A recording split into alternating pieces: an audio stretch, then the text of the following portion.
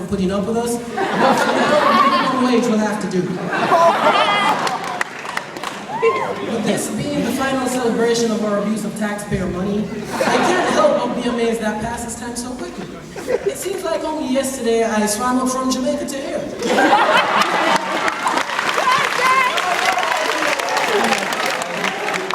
And I was lucky enough to be placed in a school with such a positive environment. And now, here I am, standing in the same coveted spot that many other talented individuals have taken. Now, we are destined for the real world, but our first hurdle must be our college education. Though the student loans will be crushing and riding our backs until we're 40, they won't be worth it, as many embarrassing photos and sleepless nights of partying on spring break will show us. But nonetheless, we still have 4 years before we have to pay taxes, be responsible, and, well, grow up. So to my parents, while you think you've gotten rid of me, I'll still be bumming off you for 4 years.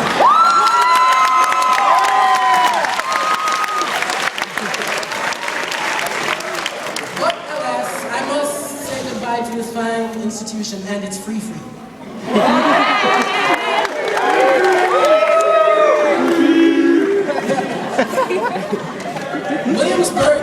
Williamsburg Prep in its least is a nurturing environment, and many days I thought I was going to a daycare rather than a high school.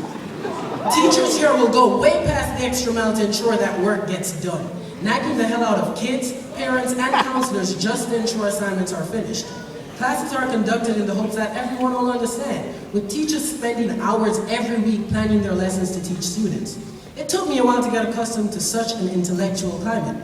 I was never used to having such hands-on teachers relate to me in such an amicable and genuine way. And when I tried to slack off, I've never had anyone come after me with such ferocity.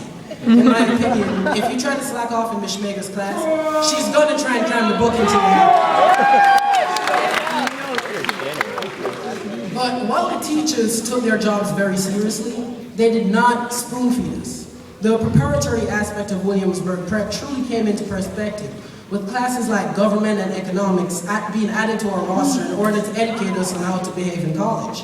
Ms. Reeds and Mr. Vasquez, shout out, college office, made us take charge of our college application process, the first of many such applications we will be doing in our lives. And because of this support system, we made it through all the deadlines, all the essays, and all the invasive personal finance questions. So Ms. Reed and Mr. Vasquez, thank you very much. Jermaine, Jody, Mom, Dad, I want to thank you for everything you've done for me. Thank you so much.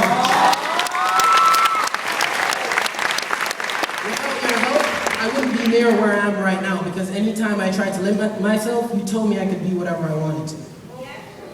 By now, you've realized a staggering amount of stereotypes lately I've used to construct what I hope was a humorous introduction. Stereotypes abound around us, and unfortunately, many times they define who we are as a person. They are unnecessary boundaries in what we call a free society.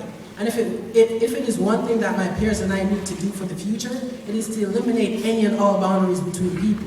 You saw how we behaved as a class. We're one unit. We rep each other. So why should we have boundaries around us like that? Our race does not define us, and it does not determine how far we will get in life. It does determine how fast you can run home, and as a Jamaican.